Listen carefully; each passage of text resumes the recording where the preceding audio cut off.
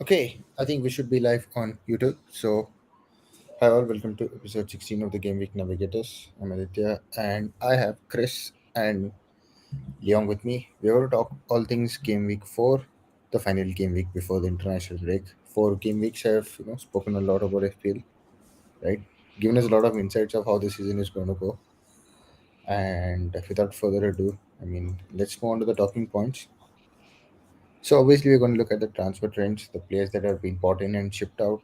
Look at game week 4 fixtures, then the next couple of fixtures up until game week 9. Look at few of the dilemmas for the week, our captaincy options and our bus teams. So before we actually move on to the transfer trends, so how did game week 3 go for you guys? I did quite well, to be honest. 59 points for me and a nice green arrow, a healthy one. My transfers were Gvardiol uh, and Jackson, which I think could have gone better, but I'm happy with the 7 points, and I think going forwards he's a really good pick. Yeah, I captained Haaland, as I think we all did. So yeah, it was a good week, but could have been better. Yeah, for me, it's not a really good week because I end up with just 48 points. So it's my first red arrow for the season, but not doing too bad. I think 48 is fine. And before we just move on, I just want to take this opportunity to say happy 66th birthday to our country, Malaysia, because it's our Independent Day celebration tomorrow. So yeah, happy birthday, Malaysia, and to all Malaysians listening as well. So yeah, I think we can move on to our next talking point. Yes. So the transfer trends. The top transfers ins are pretty much again straightforward and they've been bought in for a particular reason. I know that we had one question regarding Sterling in for Martinelli, and me and Zoo were a bit confused what to do when we got this question in the deadline stream, and we said that let's wait for him to give a double-digit haul. He actually did it in game week 3, and I feel bad for the manager who asked us that question, and we kind of said no to him. So I think he's going to be cursing us. Other than that, Sterling, double-digit haul, Madison.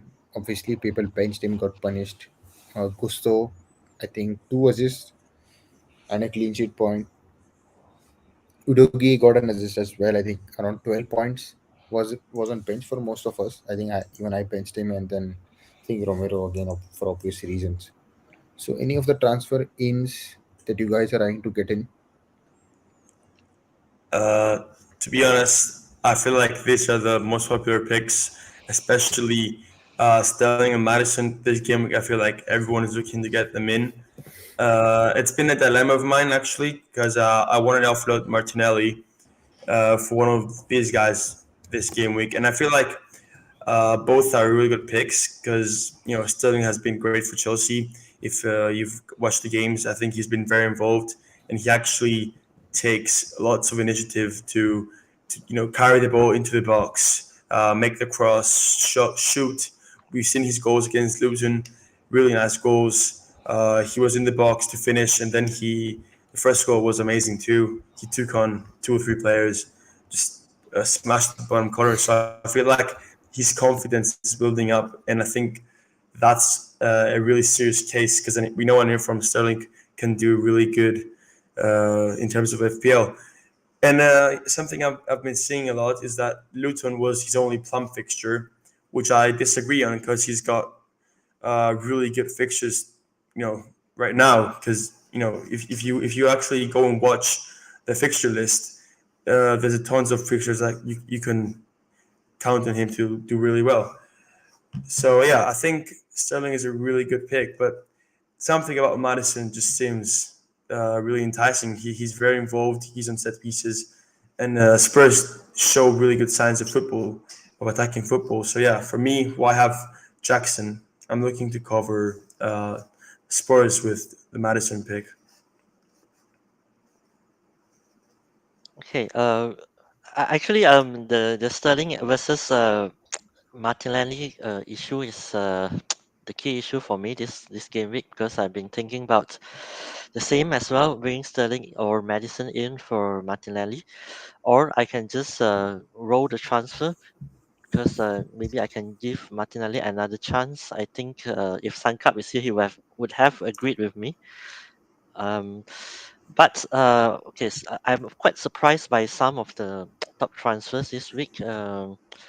Romero, not sure why people are bringing him in because he's a centre back that is prone to yellow card, and also we heard some news that James is coming back in a few game weeks, so bringing in Gusto at this time might not be a wise move.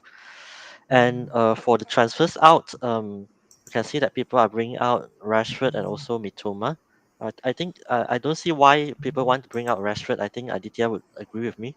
He did quite well last week, game week, 2 assists, back to his usual left forward position, and also Mitoma as well. He did blank last game week, but he looks good in first 2 game week and supposed to be one of the form players. So quite confusing why people are selling these 2 players. Yeah, I mean, I kind of agree. So if you look at the transfers out, I mean, Shaw, Gabriel Magalhaes, and Pedro are probably sort of no-brainers at this point. But Mitoma and Rashford like kind of don't make sense. I think Mitoma is great for his price, and I think Brighton, irrespective of fixtures, are going to play well. We'll have to see how the European competition is going to affect them. But Rashford again is kind of better than Bruno, but although Bruno scored more points, but over a longer run, I think Rashford is probably the safest bet. So yeah, I kind of agree. So, anyways, let's look at the potential rises that we have. That Sterling, Ward-Prowse, Spurs goalkeeper Guillermo Vicario, Nicholas Jackson, Gusto Walker, Awoniyi, Semenyo, uh, Robert Sanchez, and I think it's Pop Metsar. They're all going to probably do a price maybe over the day or so before the deadline. So these are the potential rises. And in terms of droppers, second, yeah, we have Enciso who's going to drop. Obviously, he's injured. I'm not sure whether Mudrik is going to play most of the games even he's up for a drop. Lukaku might move away, and I think most of the names in the list are probably fodder picks or some auto pick players that are being shipped out. Yeah, not really relevant, right? Yeah, not really relevant. So with that, let's move on to game week 4 fixtures. So we have a couple of interesting games here. We have a lot of good games here that most of the managers will look to eye on. One of them would obviously be West Ham against. I mean, Luton West Ham is an interesting game. Again, your fight for the 7 million bracket of midfielders, 7.5, 8 ish, is going to get tempting with the addition of Gerard Bowen now. Then Everton have failed to score, right, despite having so many attempts and good XG. That's really surprising. They play Sheffield. Brentford versus Bournemouth could be an open end-to-end game. Burnley against Spurs, Chelsea against Forest, City against Fulham. So I think these are all good games of FPL. Even Arsenal against United, it could be a good scoring game. So we have a lot of games wherein there could be a lot of goals scored, right? So any of the games that you guys are looking forward to? Personally, I really want to see how Luton do in their first home game because there's many people targeting Luton at the moment, and they haven't played at home yet. So I feel like this is gonna be it's gonna be good to see whether they actually become a tougher side at home. And I feel like West Ham will have a tough test. Uh, in front of them. I'd like to see the Arsenal United game, a really nice game. I think for football fans across the world, a really interesting tie. And these two teams, they've not shown that they are 100% sharp for that top four race. So I really want to see who comes out on top. And I think their assets are gonna actually have lots of points between them because I can see goals in this game. Yeah, so I feel like that's the greatest fixture of this game week. Also, Liverpool Aston Villa is a nice game, which I think Aston Villa have been improving rapidly. So yeah, Liverpool will have to show that they can come back to a good form after that victory against Newcastle. So yeah, but yeah, of course, FPL wise, there's Chelsea versus Forest for many, maybe a Chelsea triple up, or Spurs with Madison and Udogi in many teams, and of course the Fulham game for City, where I think I'll be having a triple up from City players. I don't know about you guys. Who do you have? Who are you excited to see play? Yeah, I agree with Chris. Actually, the match that I most looking forward to this game week is actually Luton versus West Ham, because I'm really interested to see how they can move to playing in their stadium, which used to be because the stadium actually didn't meet the criteria, so which is why they blanked in game week 2. So I'm very interested to see how the stadium works this game week, especially because they have such a unique stadium, a small one which is placed right in the middle of the neighborhoods. And also Chris mentioned about Man City. Actually, I have Foden and Haaland right now. um, Probably might want to invest in one of City's defender. However, I'm still thinking of who to get, so that might be my next move. And also another match that really excites me as a Newcastle fan is Brighton against Newcastle. As we actually did quite well despite losing the past two games. We lost narrowly against Man City, and we also had a man lead against Liverpool and also a one goal lead, and we threw it away. So it's very interesting to see how we can bounce back from that against Brighton away. And finally, another match that really caught my attention is Liverpool versus Villa, because of the Van Dijk suspension. I think actually weakens Liverpool defense a lot. So it's interesting to see how Villa's attack, who looks really strong so far, led by Watkins and Diaby, how can they actually penetrate Liverpool's defense at Anfield? So these are the three games that I really look forward to. Yes, I mean, Yeah. Yeah. a lot of interesting games also we have, right? And as you said, Brighton, Newcastle, Arsenal, United, Liverpool, Villa. There are tough games, and so it's going to be interesting to see how they pan out. And we have one question here, I think, in the chat. We'll try to cover it up in the dilemma segment as soon as we go to that. And I think we're done with just overall glancing through the fixture list. So let's go on to the dilemmas because I think it's probably sensible for us to spend more time in that particular segment. So, so these are the sort of dilemmas we have, and obviously one is time to consider West Ham players, Sterling or not to Sterling, and can he sustain his form? So I will put that out to Chris when we come to that. And is Awoni like going under the radar for his price? So that's one thing. Maybe not to permanent captain Haaland. Maybe is this the way to go for this season? And when do we like kind of play the wild card? And how many players do we start in the game, particularly Arsenal United, or maybe sell off few of the players? So these are the sort of dilemmas we have. Unless you guys have any more, we can cover it up here. And if you have anything in the chat, do let us know. So I'll start with the one in the chat itself. Which two of the five following midfielders to be sold in order to bring in Madison and Sterling? So he has put Rashford, Eze, Foden, Saka, and Fernandes.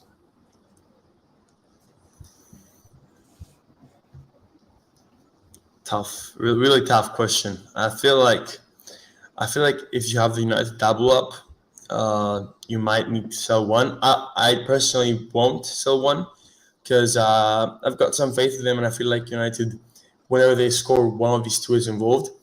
Although if I had to sell one, it would be Rashford. I feel like he's the one to sell, and it's kind of sad that Eza didn't get any returns because I think he's a good pick. But in terms of like right now, I think he's the only justifiable sell in your team. I think Foden, he's a risky pick. I think he's got really good potential and he's been playing really well. And as we've learned, he wasn't benched because of a roulette or a rotation of Peps. He had an illness, so I think he doesn't really miss out if he doesn't actually get injured because he's been playing so well right now. So for me, it's Eze and Rashford right now to be sold. Okay, for me, we have to at least, I think he has to at least sell one of the United players, especially when they have tougher fixtures going up before Arsenal. So it's a tough choice, but I personally would sell Bruno ahead of Rashford. Really? And How come? yeah, I mean, Rashford has been looking sharp in the last game, so I think that I will give him more chance to shine, especially with Hoyland coming in. I think I want to observe how they work together. And in terms of the second midfielder, it's a very tough one because Eze, even though he hasn't returned so far, he's been the player with the highest XGI who has blanked so far. So eventually he'll assist and score, but we don't know when. So I would have waited for it, but then he has Foden and Saka, which I definitely prefer over Eze. Obviously, they played for better teams with better fixtures. So, yeah, my two picks would be Bruno and Eze. Yeah, I'm also pretty much in the same boat in Bruno and Eze. It's pretty much, I think Leong has justified it. I'm not going to basically say the same thing. So that would be my two picks. If not, I might just maybe ship uh, one out of the two and see if I can fit in maybe Sterling or Madison. So basically, if it's very simple. Short term is Sterling, long term is Madison. So whoever you want to pick, you go out for one of them. So let's go on to the first element, that's West Ham players. Now, before we actually go into that, let's look at the fixtures that West Ham play. So they play Luton, Man City, Liverpool, Sheffield, Newcastle, and Villa. Right? Uh, what do you do? Maybe get in someone like Bowen, Antonio, or someone like Kudus is a wait and watch, but even he has, I think, his price just 6.5. So again, he slots in the battle of Pitomo and Bembo. So what do we do here? I mean, personally, I feel like the only way you can get a West Ham player right now is if you are going to wild card in Game Week 5. To be honest, I like the look of James Ward-Prowse. I was having a chat in a group chat, like some days ago with Liber FPL, and he was arguing why wouldn't we just pick Ward-Prowse 6 million? He's been achieving great numbers for the past few seasons. He's been really consistent, and he's now playing for a better team in West Ham. So I feel like that was a really good argument, but right now I can't justify getting someone who's got these fixtures in the future because except Luton and Sheffield, the other are actually some of the toughest fixtures you can have this year. And I think West Ham haven't had a chance to play lots of games and form a good chemistry between them. So I don't think they can actually uh, you know get something in most of these games. And with those good midfield picks that we have right now, I just I can't justify getting someone for more than just one game week punt for this Luton game. Yeah, for me, actually, I feel that West Ham selling Rice is actually a blessing in disguise for them because they actually bought in some good players like Kudus, Alvarez, James Ward-Prowse. So I actually think that they are stronger this season, even without Rice. Um, However, their good start and good form might be a little bit deceiving so far because they have a slightly straightforward and easier fixture to start. And so far, they have scored 7 goals. I think it's the third highest in the league. However, if you look at their XG, they only have around 6 XG, so they actually slightly overperform their XG. And also, as we look at their fixture just now, in the next 5 games, they actually have 4 very tough fixtures against City, Liverpool, Newcastle, and also Aston Villa. And those are great defense. I won't say great defense, but those are really good defense. And even though West Ham really looks sharp right now, I don't see them scoring a lot of goals against these sides. So I would wait and see until the fixtures get better before I get the West Ham plays. Yeah. So we have one follow up question that is related to West Ham. I just covered it up now. Who has a higher upside between Areola and Aguad and or Zuma.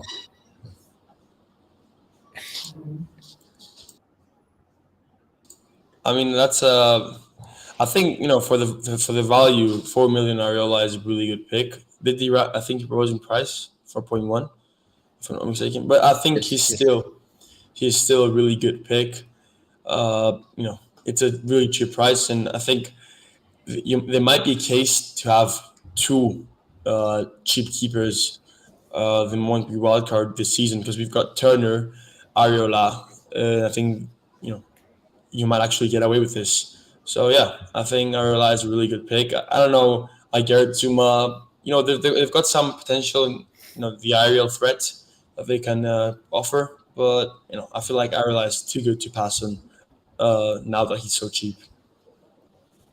Yeah, one thing that I've observed since Ward Prowse joined West Ham is that it really increased the appeals of those towering defenders like Zuma and Egert because of those set pieces, the crosses that he put in, and these two defenders actually have a lot of chances to get at the end of it. However, I agree with Chris. Right now, due to the fixtures and due to them facing a lot of very good attacking teams, I don't see why we should buy any West Ham defenders. So Ariola should be a better pick, and you can just bench him for a goalkeeper rotation anytime. Yeah. Yes, so that's done with West Ham. Let's go on to the next one. To Sterling or not to Sterling? Can he sustain his form? So obviously, it's an interesting question because at the start of the season, people were looking at Sterling in the drafts, and it was purely that we couldn't kind of guess which kind of Sterling we will see at the start of the season, and it did take him about like 3 odd weeks to show his form. And obviously, game week 2, he did show few spells against West Ham, and it was kind of like coming in game week 3. But now with Chelsea playing Forest, Bournemouth, Villa, Fulham, Burnley, and Arsenal game week 9, that's a long way off. What do you do? Sterling, the best 7 million option, and I'll throw it up this way for those who have enough funds in the bank and who have probably Alvarez as their second striker. Do you think is it okay to ship someone like maybe Mitoma or an Embuemo to Sterling? As a Chelsea fan, I think the bias might kick in soon because the more I stare at these fixtures on the big screen here, they look so good. I've got like, I feel like he will get plenty of returns. Forest, Bournemouth, Aston Villa, Fulham, Burnley. And I think these fixtures, there's a potential for 5 to 6 returns. I feel like for 7.1 million, uh, it's a really good. Uh, you know, I think you can never be sure with Chelsea. That's what I'm gonna say because we've been inconsistent these years. These past few years we've not been uh, the team to target in terms of FPL. But I think right now we're in a good place, and I think Sterling shows great signs of a player that will get those returns. And I've also think he could be on pens because I've seen some statements he made. He wants to be a top scorer. He has the most confidence of everyone right now, and I feel like you have to kind of back him there because I think we're all forgetting how good Sterling was. He was a player who managed to get over 12 points for 3 consecutive seasons, if I'm not mistaken. So I think that player could still be there, and I think we cannot just pass on him that easily. So yeah, I think he's got really well. Yeah, for me, I actually jot down some pros and cons of to Sterling and not to Sterling, so I'll just go through it one by one. Actually, so the stats have shown that Sterling actually have the most penalty area touches among all the midfielders. So it's supposed to be good because all the attacks actually go through him. He's a sort of a link between midfield and attack for Chelsea right now, and he looks very dangerous. And also his dribbling seems to be on top for now. And his average position, if you look at the heat map, he's actually almost on par with Jackson. Almost like Chelsea is playing two strikers with Sterling more to the right and Jackson more to the middle.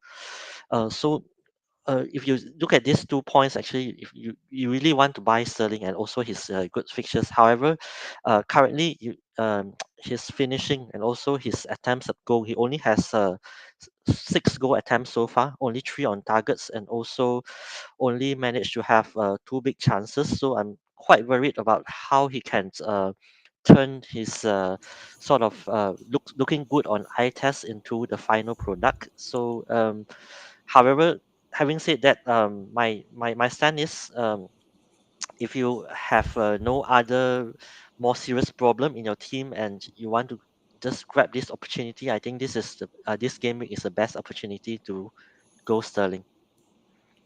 Yeah, to add on that, because you said, I think people do worry about the stats because I've seen a post by Big Man Backer. I feel like, and his involvement was really low in the first 2 games. But to say that, he was really active. I think it was just like it just occurred that he didn't have any attempts at goal. So I think that's a stat that, if you haven't watched the games, you might say, "Oh my God, he might have just performed against Luton, and that's why." But I feel like he was really involved. He always seemed to get the ball in really good spaces. He just didn't translate that into a shot. Maybe that's what I saw from the games against West Ham and Liverpool, where he was so good for us. And I think against weaker opponents, he's gonna get those chances like against Luton, and I think he's gonna be a really good pick. So I think after this discussion, I might actually go for him over Madison. I don't know. It feels like a good too good to pass on, and I'm gonna cheer for my team a little bit more than I would have or selling, I guess. So I just wanted to add a follow up here. So I have Jackson at the moment, and I, I'm looking to maybe ship out Fernandez. So who do you go in this case? Maybe you go with someone like Madison so that you have diverse options, or you still go for Sterling despite of having Jackson. Yeah, it's. I think I'm in the same position as you. I've got Jackson, who I'm happy with. I think he's been really good for us too. He's been very active, really good hold up play. He seems to be there when the attack, is unfolding. He's always running, making runs. He's everywhere actually. So I think I'm happy with him. But there's always this FPL debate whether you should, try to spread out so you can have cover from most teams, or you can, take a bigger risk and go all in the team. And it's something that it's the main reason that I'm thinking about it, because I'm thinking selling for me is a much better pick than Madison right now with fixtures and all. But I feel like Spurs are a team that's been playing really well, and I think they might actually challenge for top four this year.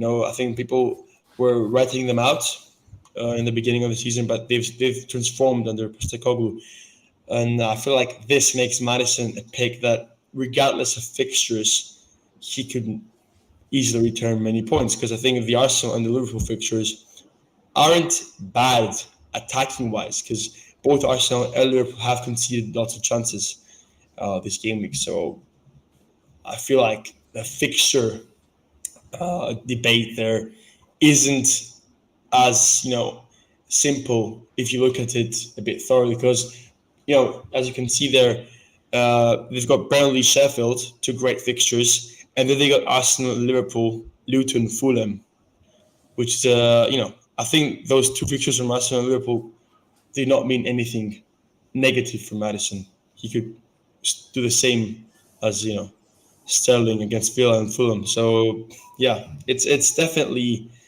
a really 50-50 pick. So yeah, I think some said it for wildcard. If you're gonna wildcard 8 or 9, does that play a role? I don't know. I don't like to think that much ahead sometimes, but you might have to take in consideration, because Madison plays Luton, and Sterling plays Burnley game week 8. So I don't know. I don't know how you do approach that.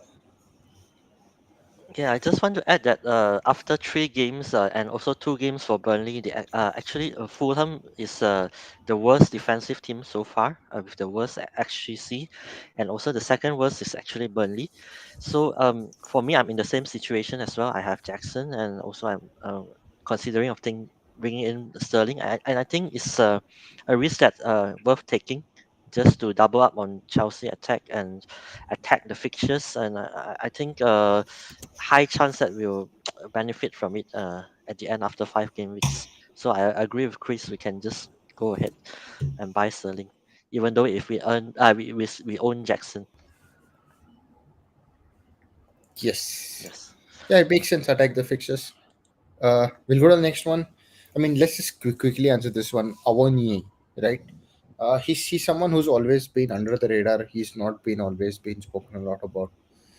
But yet, even when the games are tough, he's the one who ends up scoring. Even if Forest lose or they score a goal, it's him. So, is he being underlooked a lot? I know that we have a lot of other options in terms of second striker with Alvarez, Jackson, Watkins. I mean, Isak. Future we may have Darwin if he starts playing regularly. Gabriel Jesus once he's back properly. Maybe Hoylund. And we can just add a lot of lists, but maybe as a possible 3-4-3 and on only. What do you guys think? I mean, can you justify getting Awoniyi over Wissa at this point? He's cheaper, so I don't know. Even Antonio for West Ham, he's 6 million. So I don't know. He's a good. I think he's a good pick. When he scores, I'm always like, why is nobody getting this guy? He's been score. I think he scored for like 7 consecutive games, like from last season and now continuing his run, which is really impressive for me. But I feel like the reason we never pick him is that he plays for a team that's they might score one game, 2 goals per game. I think they rarely score more than that. So you're counting on these 1, 2 goals to be from him, which is not the greatest thing to expect from a team. So I think like if you have Wissa at 6.2, who plays for a much better team, you kind of can't justify getting someone who plays for Forest. Yeah, I just want to mention that actually I recommended Awoni. I think Aditya remember in our last stream I actually recommended someone to gamble on Awoni. But if you look back on his run actually in the last 7 games, actually he scored 9 goals. So, however, if you look at those underlying stats starting from last season, the towards the end of last season, his 6 goals actually came from 1.04 xg, and also this season his 3 goals came from 1.53 xg. So those are we can say that he's a really clinical striker. He gets a chance and his score he don't really usually miss, so it's supposed to be a good thing. But unfortunately, like Chris said, Forest don't really create a lot of chances. And with Brandon Johnson not scoring as well, Awani become their only possible scorer so far. So can this sustain? We see that with Almiron last season, he has a lot of low XG shots and he managed to keep scoring and scoring. Unfortunately, this streak has to end at some point, and I can foresee that it will end maybe the next 1 or 2 games. So might not be a good choice to actually jump on Avani right now with so many good options we have out there. And also, Chris mentioned about Bowen as well. So, Moise actually mentioned in one of his press conference recently that he's looking forward to try out Bowen as a lone striker and at the low striker role. And with Kudus moving in, I can see that Antonio might be rotated at some games with Bowen playing as striker. So I don't see it a really good choice to jump on Antonio right now. Yeah. Yeah, I mean, Chris loves Antonio for a reason. We all know that. Those who have been listening to us for the past 2 years know why We've Chris got a is always history. hell bent on Antonio. Yeah, we've got a love kind of history there with Antonio. So yeah, I don't think I can justify getting him anymore. I don't think he's been that good. But for 6 million, he might emerge at some point this season. I feel like he could be a nice pick. But would you pick him or Ward Prowse at 6 million? I don't know. Doesn't feel like it. Okay, next one we have is maybe the permanent captain strategy for Haaland. Is it over? Is it over this season? I mean, so far we've seen that I mean, last game, particularly the way City played, right? See, Haaland missed a penalty, otherwise it would have been a big haul again. But he could have, might as well scored a hat trick. So maybe seeing that particular game, maybe is this dilemma completely wrong, or is it like no? You need to assess it game week by game week, and we have probably the leverage and options this season to not captain Haaland. I think this season we've got less premiums to like count on. I think this plays a major role because last season you had Kane, Salah, and Haaland. In all of almost every team, two of them at least. So everyone had like two options to captain in some game weeks, and it was a huge dilemma there. And I think not having the premiums this season makes it a bit easier because you don't need to captain players to justify the price tag anymore. So like I do not have May doesn't do not have Salah who's 12.5 million, and are like I have to captain Salah in this game because how else would I justify this price? I think many do not have that issue anymore. We've got those mid-priced midfielders who we are fine not captaining. So I think that leaves Haaland as the easiest to captain. He's got some good fixtures right now, so I don't feel like you should overthink it. I actually did not captain Haaland up until game week 3. I had Saka for the first two game weeks. Did not turn out bad. I almost had the same points, part of the 3 point gap in the first game week. So yeah, I do not think captaining Haaland is a perma strategy. I think you should be flexible with game weeks, each game week to its own. But for this, at least for this game week, I wouldn't be looking elsewhere. It's a really good game for City, and Fulham have not been good defensively this season. They've conceded tons of chances, so I can back them. Can back Haaland to do well. Yeah, actually, I saw some Twitter posts that a lot of people actually plan to go triple captain on Haaland this week. I don't really think it's a good choice, but it's really a not no brainer to captain Haaland this week with Fulham really leaking goals, conceding shots after shots so far. They have only been saved by Leno to not concede even more. And I think they've been slightly better with Paulina coming back from injury, but Yeah, yeah. still, they concede almost three xG goals last game against Arsenal, and you mentioned that Haaland actually he was really frustrated the last game. He was marked by two or three defenders, and also he missed that penalty. His confidence suffered a bit, and you can see from his body language that he really just struggled. However, he still managed to score. And if you look at if we don't talk about penalties, we just look at the non-penalties XG. He still leads among all players in FPL currently. And also in terms of Man City's attacking, we can see that they have not been at their best this season.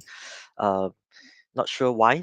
Probably due to the lack of options with them selling so many players and them integrating new players in. So that might take some time. But with them actually bring in Doku, and also on the process of bringing in Nunes, I can see them having more choices. And once they integrate these players into their attacking lineup, I can see them doing better and creating more chances for Haaland to finish.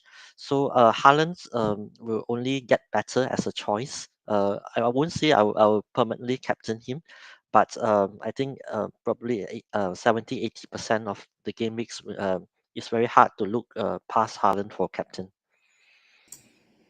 To add on that, I think this season it's much easier to find opportunities elsewhere because there's a lot of diversity in teams, as you can see, because there's many good picks at like really kind prices. So I feel like this season is the season where you can captain Haaland without, you can make ground elsewhere, which is really good. So I think captaining Haaland is something that you have to stick to in most game weeks and just think about everything else. So I think that's another good point. You can just think about everything else and leave that to Haaland for most weeks at least.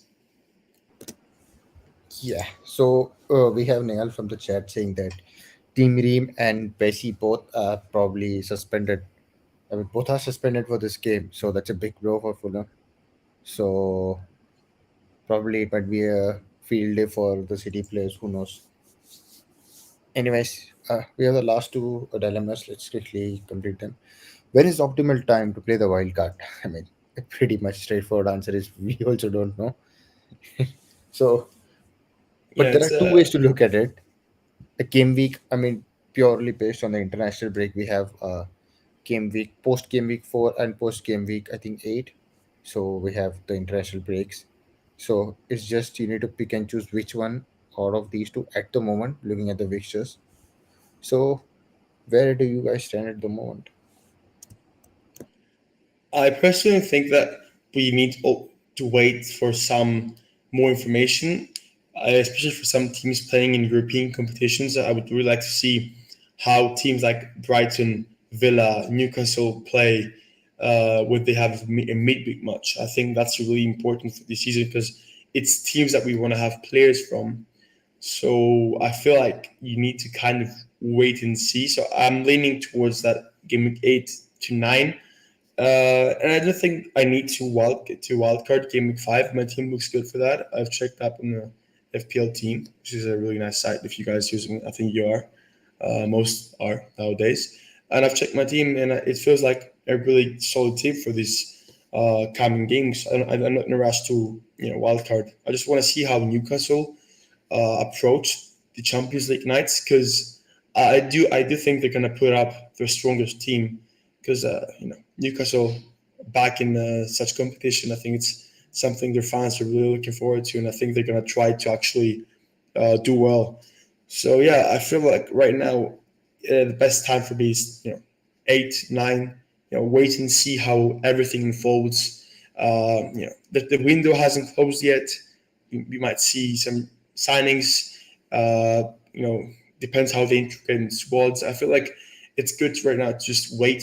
If you need to take some hits, maybe that's better than just wildcarding. Yep, I just want to quote a statistics from Live FPL, which shows that 5% of the managers actually are wildcarded until now. And actually, out of those 5%, 4% of them actually done the wildcard in game week 3. So I can see it's a sort of rage, some was sort of rage reaction, which they don't really start the season well, and they got a lot of players injured, and some that don't really start, then they start just maybe losing their mind a bit and just press a wildcard button, hoping to just salvage something.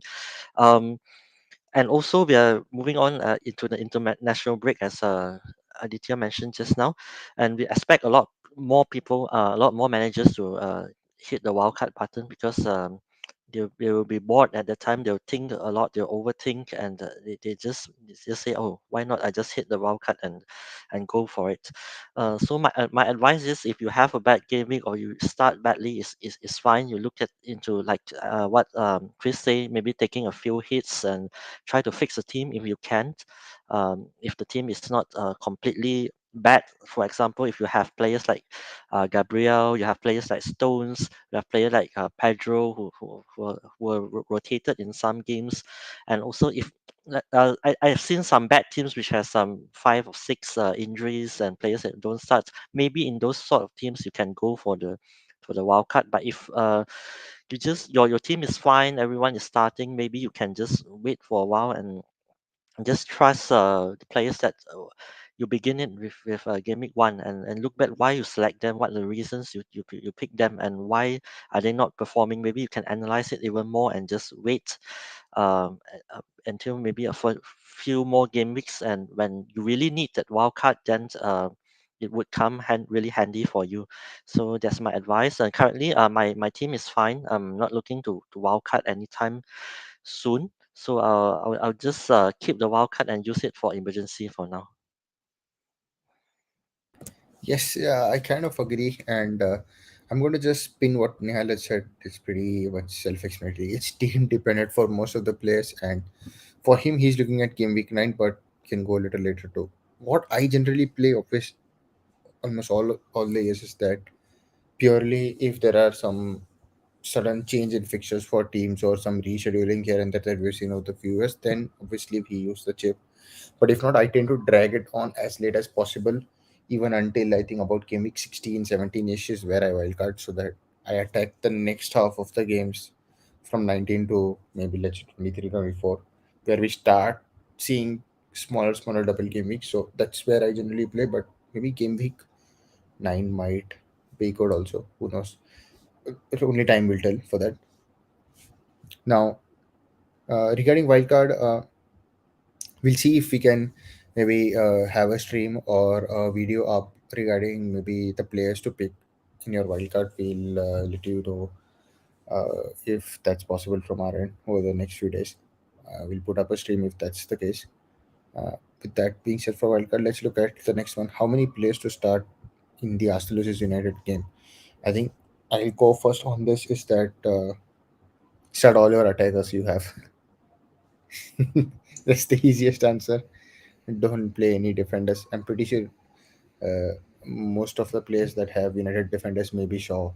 It might be just Shaw who's injured and you're going to ship him out, or you have Onana. In my case, yes, I have Onana. I'm going to start him and I'm just going to pray that he gets save points. That's it. Yeah, I think uh, most have a fair share of players in this team. So I've got right now double up in midfield for both teams and Saliba. So I'm looking to start both United assets. Saka and Martinelli, I'm gonna sell, so he's out of the picture. And Saliba is probably going to be benched, as I've got much better options in defense. And I think it's gonna be a game with many goals for both sides are gonna score, in my opinion. So I think Saliba will sit this one up for me. Okay. For me, I have five players as well. For Arsenal, I have Saka, Martinelli, and Saliba, same as Chris. And also for Man United, I've sold Bruno earlier, so I currently have only Shaw and Rashford. Um, my initial plan is to bench Shaw, so I don't really care about selling him this game week, so I just put him as my third bench, and probably the roll the transfer and see what can I do on Shaw then after an international break, and Rashford, I definitely have to start because I like to start the form players from the previous game, so I won't bench Rashford. And also, as Aditya said just now, you have to start all your attacking players. So I'll put in Saka, and if I don't sell Martinelli for Sterling, definitely will try to start Martinelli as well. Hoping that Jesus will start the game, and because we saw how well Martinelli and Jesus link together last season. So if Jesus starts, I think it might inspire Martinelli to do better. And also if Zinchenko managed to start as well, I think it will be a big boost for Martinelli. So what different from me is that I actually will start Saliba. Um, I don't know why because I actually expect goals from this game, but somehow I will start Saliba, hoping that Arsenal somehow managed to keep a clean sheet at home against United, because we can see last season that United don't really score a lot of goals away from home. So yeah, we'll see if Saliba managed to do that, and also if if he managed to keep a clean sheet, I can foresee that he can get into the bonus points, maybe one or two bonus points addition as well. So yeah, that's for me. Interesting. It's interesting to say that you're going to bench Shaw. Already, you probably lost point one on him. I mean, I would probably just ship out Shaw and then bench Saliba. I think it might be tempting for you to do it. So I don't know whether that you're going to end up doing it.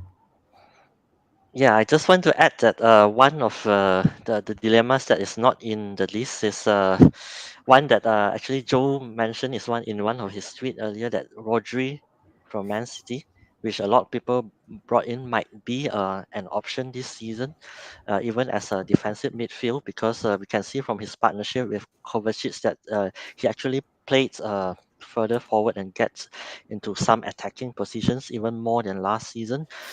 So what do you guys think about it? Is Rodri a good buy since that he's one of the most nailed player in Man City team?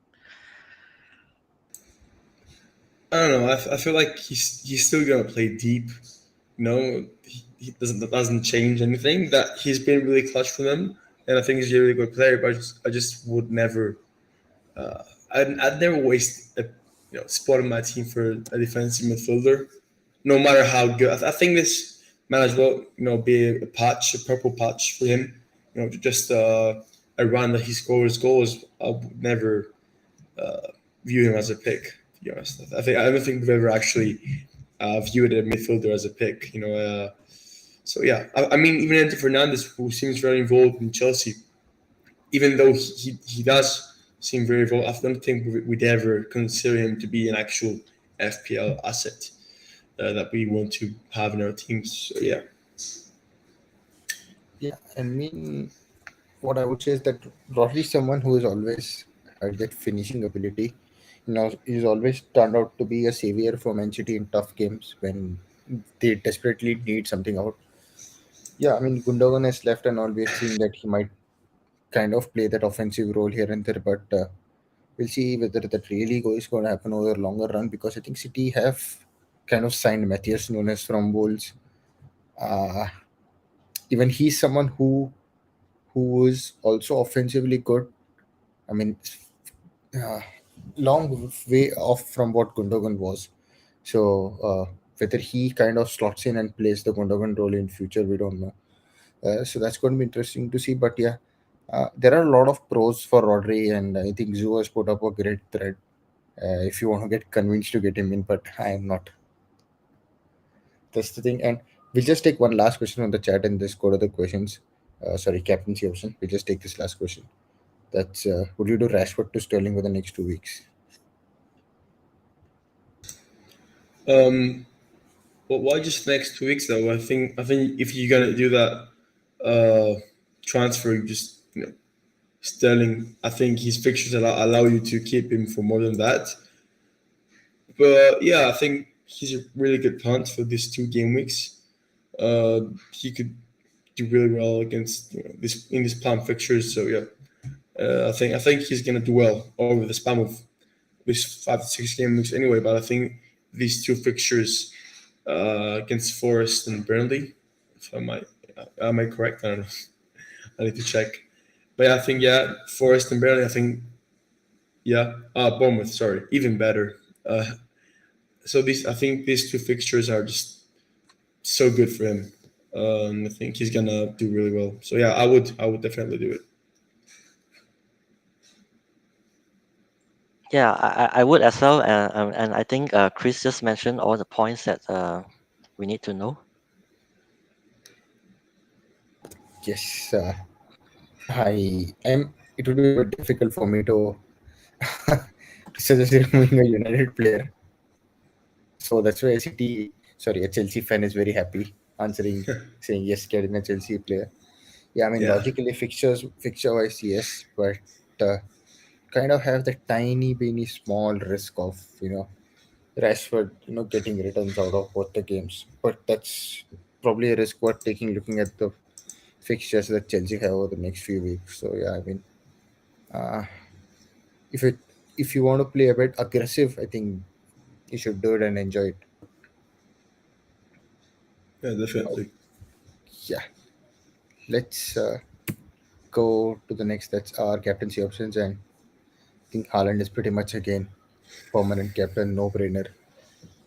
Yeah, And we've thrown up some of the different options that we see. Obviously, we have West Ham playing against Luton, and Bowen might have a field day if things go well for him. Brentford play Bournemouth, so that's why we have Hamburgo and Visa, and Spurs play Burnley away, so Madison, Sterling, and Jackson obvious picks because they play Forest, and Nunes is a complete. It's like some sort of a random pick in case he starts because he scored 2 goals, and we'll see whether Klopp plays him. So, I mean, Nunes is a very long shot, but the rest of the other picks are good if you don't want Haaland. I feel like this game week is the Fulham home fixture just looks so good, too good to pass on for Haaland. Although you could make an argument because there's many nice fixtures to target. You never know how these guys are going to do. Bumo against Palace at home. Or is it Bournemouth? I've got a really bad memory of fixtures, but I Bournemouth, think he's got Bournemouth, a really Bournemouth home. yeah, sorry. Against Bournemouth at home, really nice fixture. Although I have to say Bournemouth aren't as easy anymore. I think as a fixture, they are not that side you target as of now. So I do believe like Fulham home is a much easier fixture at the moment. So yeah, I think you need to back him. Although I feel like you can punt this game. You can try and you could say Sterling cannot score Haaland. He could. Why not? He's a midfielder. He gets more points for goals and clean sheet points that Chelsea could get. So I feel like if I were to not captain Haaland, my money would be on Sterling this game week. Again, home. The home fans at the bridge. I think right now the excitement is at a at a peak. I think that right now that our team is starting to form. We're seeing really really good things from the team, and I think it's gonna be really really good to have the home advantage for these games. Yeah, I just want to bring out one point that Haaland actually got his first hat trick in Game Week 4 last season. Not that it meant anything, but I just want to put it in. And also, I'm just wondering why is Salah not in this list? Because he's at home against a Villa side who conceded 5 goals against Newcastle in Game Week 1, and also 1 goal against a weak when they attacked last game. Uh, I think that yeah, 5 goals is kind of misleading, though. yeah, To be honest, because yeah. I think Villa tried to play They high try to push line, high. Yeah, yeah, and I think that's what actually just killed them. yeah. The games. I don't think that we should take this into consideration when mentioning Aston Villa, but they have lost Tyrone Mings, which is a Mhm, big blow for them. mhm. I wouldn't say though it's a fixture that I can see Liverpool scoring more than 2 goals in. I think Salah is a good pick because he's Salah. He's a really good player, but I don't feel like Villa. You could say Villa are a team to target at the moment. They do seem really good Yeah. and compact. They look really good at attack, but I can foresee that it will be a high scoring game because Villa will score obviously, but due to Liverpool's big defense, but I can see Liverpool scoring as well, a few goals. So Salah might be in one of them, and also in terms of Bournemouth, definitely they have improved this season, but their defense still look questionable. When you look at the high line that they tend to play this season, and they conceded a lot of chances so far. So I have Wissa currently, and I have him as my vice captain ahead of Jackson, which because I really see the chance of Brentford to score a few. Against Bournemouth, especially at home, which they were really strong last season. But anyways, Haaland is the choice unless something happened to him. Yes, yeah. So yeah, I missed out adding Salah. I think complete miss from my end. I put Nunes in because he's the one that came to my head. Obviously, looking at the game against Newcastle, and Nihal has obviously given us saying that he feels that Nunes will not start. Yeah, pretty much kind of expected from Klopp. So with that being said, we're done with captaincy. Let's look at our past teams. Let's quickly go through them and wrap it up. So Leon, this is your current team. What are you looking to do? Yeah, so far I have maintained my team. No transfer so far. So my starting keeper will be Johnston, even though there are rumors that Henderson will replace him once he gets settled into team. But I'm starting Johnston for now, and the back three again I mentioned just now. I'll start Saliba because my backup Bayer and Shaw are both injured, so I have to start Saliba unless I make a transfer, and also I'll start Colwill and Estupinian despite Brighton's tough fixtures against Newcastle. And in the midfield, I have four. So it's a 3-4-3 formation with Saka, Foden, Diaz, and Rashford. And striker, I have Haaland, Visa, and Jackson. So I've mentioned just now, I actually shifted my vice captain from Jackson to Visa after looking at the underlying stats. However, one question now is whether I want to sell Martinelli for Sterling, and if I do it, who should he replace in the starting lineup? So if I really do that transfer from Martinelli to Sterling, then uh, probably Rashford would be on the first bench. So that's for me. Yeah, that's all. Yeah, I feel like the risk you have, the risk taking here is kind of the issue. I think in your case, it's kind of risky because you do think I do think Rashford is going to get something in that game. Maybe a goal, maybe maybe an assist. I don't know anything. I think he could get. So I think it's kind of tricky situation you're in. But I would see Sterling as a more long term move. He could also. I think he's gonna rise a lot in price too. I think he could easily go to 7.5 by the end of this 2 3 game mix. So there's more to that than I think like we might consider. So yeah, I do realize that it's a tricky situation for you, but I think I would still take the risk and go ahead. To Rashford out, Martinelli in, and you sub him out, and then you transfer him out for uh, to bring in Sterling. I think I would do it. I think the risk is on par with the reward. I think the reward might actually be higher than the risk you're taking, both in terms of value and points that you might gain. Yep, I'm currently thinking about that. However, I will pay full attention to the presser coming up, just in case there are some starters that got injured last minute. So if there's none, then probably I'll consider that option. But it will be a Yeah, last minute transfer. Okay, so let's move on to the next. That's I think Christy. yeah. So these are the boys. I don't think anything else would change. The lineup is what it is. I don't feel like I'm gonna change captain hand for any reason. I'm really happy with the team right now. I think choosing Vardio last week over Udogi. I don't know if it was the right call, but I think Vardio will start his fair share of games, the majority at least. So I think he's still a good pick, and I think City are gonna keep clean sheets. So I think I remain content with that choice. And now I think Martinelli is the one who's gonna make way for Sterling this game week, or Madison. I'm not. I haven't decided yet, but I think Sterling will be the one to replace. And I think you know I think it's gonna be a good game week for most of us. Yeah, I just noticed that you have Archer as your third bench. So if there's any hint in the press conference that Archer is going to start against a weak Everton defense, would you consider not starting him but pushing it further forward Yeah, on a definitely. bench? Yeah. I actually would.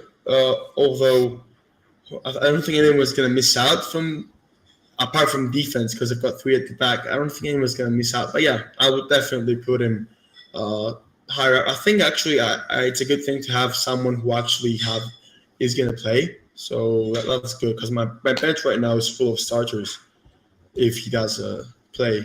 So yeah, that's something that I'm really happy with having that squad depth for any unfortunate event that might occur soon enough. Soon enough, yeah. Okay, last but not least is my team. Yeah, pretty much template again. I have Onana in goal, Chilwell, Estupin, and Utogi in defense. Mitoma, Luis Diaz, Bruno, Saka, Rashford, Haaland, Captain Jackson, Turner, Saliba, Kabore, and Obama on the bench. I have two free transfers I have to use. So I think for me, unfortunately, Fernandez has to go. And I'm thinking of maybe shipping out Mitoma Yeah. and getting A Foden and one of Madison or Sterling. More or less, I'm inching towards Madison, but maybe Sterling too. So that's my initial plan. Or I might just do one transfer and keep Mitoma and ship out Fernandez. Have you thought about getting Madison and Sterling rather than Foden? I've got Foden, but if I had to choose now again, I would think about it a lot because I think Foden, I think he's gonna be nailed for, but the stress of not knowing if he's gonna play is killing me at times, and I think both the other two are much more talismanic than Foden is at the moment. He's playing really well. He's really involved, but I think in terms of talismanic ability, Sterling and Madison do look more involved in the goals. So I think I would think it if I were you and I had the opportunity to do that right now. Yeah, I'll definitely consider it. Yeah, I've still not basically thought of anything that concrete, but I just knew that Fernandez is going out for sort of Madison is what my initial plan was, and back and save the other free transfer. But I might actually think of it. And Yeah. also, I saw that you actually started Estupinian over Saliba. So obviously, Estupinian has a lot more attacking threat than Saliba. But just a question for you: who do you think more likely to concede a goal? Is it Brighton at home against Newcastle or Arsenal at home against Man United? If Both will not concede. not from a Man United fan of point of view, of course. Who do you think have the higher chance of conceding? If you ask me that way, then if I keep the bias aside, then it's Brighton have more chance of conceding, obviously, because they are going to play high. And Arsenal are playing at home, and United, I mean, are not that great away from home, is what you said. And we've not been that good, right? I mean, even the Forest game, to be honest, we just chased it back somehow. And somehow the put in Fernandez, caught points. So if Arsenal can, defend well and annoy us, we doubt we can score. But this game has a lot of significance, right? I don't know if Rasmus Højlund will end up playing this game. If he does, that's going to be an interesting thing to watch. But out of the two, I think it's Brighton who are more likely to concede. But I would expect Estupinian to give me more attacking points than what Saliba will do. Yeah. So, I think the risk you're taking here is if Saliba does keep a clean sheet and Estupinan doesn't, let's say, the difference will be like 4 points, let's say. So, but if Estupinan, if they both concede and Estupinan scores a goal, gets an assist, there you might be looking at a a significant difference, like 5, 6, 7 points. You could be looking at that. So I think you reduce the risk by starting a Stupinan, and you take the fact that you could be losing out on 4 points. But I think that's like the possible the the ceiling you might have for the opportunity cost you might be having there. 4 points realistically.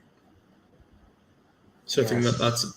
I'm with the Stupinan to be honest. So just for that with that logic behind it, yeah. Yeah, I actually agree with that logic. And also, good luck to Aditya with your triple United this game week. it's not going to be. It will be double. Oh, you double. Onana Oh yeah, is like fingers crossed for save points. We he's never selling know. Bruno. Yeah, Yeah, Bruno is more or less going out. I mean, who knows? This game might end up as a goalless draw. Then good. Yeah, good. could can't. So with that, I think we are done with this episode.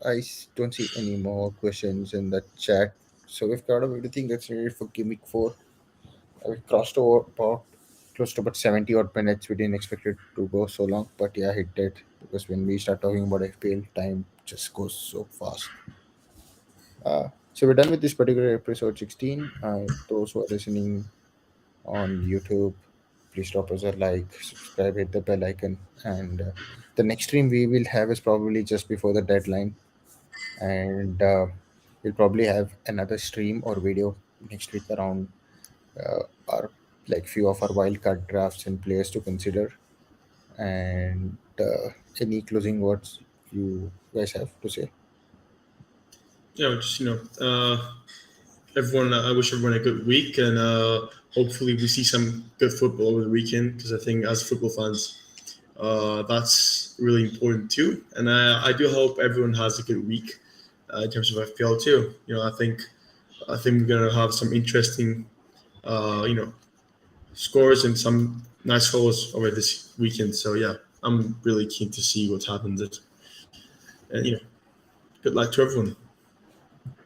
Yeah, and for me, if your team is fine now and you can feel a healthy starting 11, probably you might want to consider keeping that free transfer and roll it into the next game week because we have the international break coming up. And as we know, with international break, we might have a lot of unexpected injuries that occur. So the two free transfers might come in handy in game week 5.